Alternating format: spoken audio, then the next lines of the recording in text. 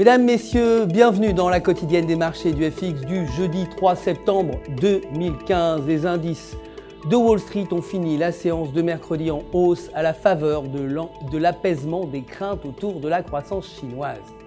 Le Dow Jones a progressé de 1,82%, le Nasdaq de 2,46% et le S&P 500 a également progressé de 1,83%. Le titre Apple a gagné 4,29%, clôturant à 112,34 $.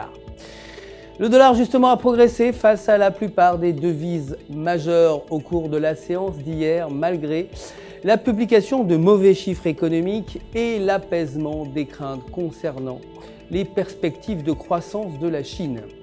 La balance commerciale des États-Unis, qui sera rendue publique aujourd'hui, afficherait un déficit de 43,2 milliards contre 43,8 prévu, et le nombre de demandeurs d'emploi devrait s'élever à 273 000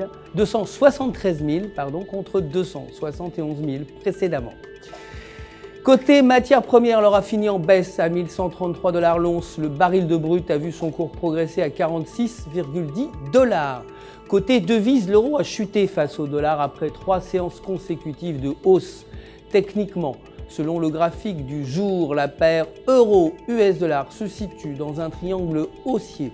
Si elle franchit la partie inférieure du triangle, la paire euro-US $ pourrait se rapprocher de 1,0800. En revanche, si elle franchit le sommet, elle pourrait remonter aux alentours de 1,1700.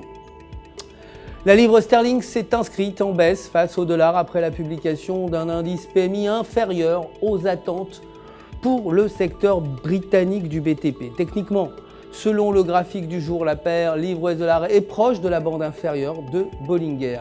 Si elle reste à ce niveau, la paire pourrait retomber aux alentours de 1,4950. Si elle se rapproche de la bande supérieure, elle pourrait au contraire grimper vers 1,6000.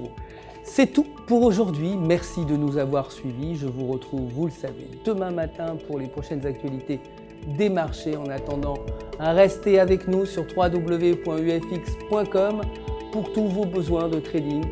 Vous le savez, un conseiller personnel est là pour répondre si vous avez des questions. Tout UFX se joint à moi pour vous souhaiter une excellente journée de trading.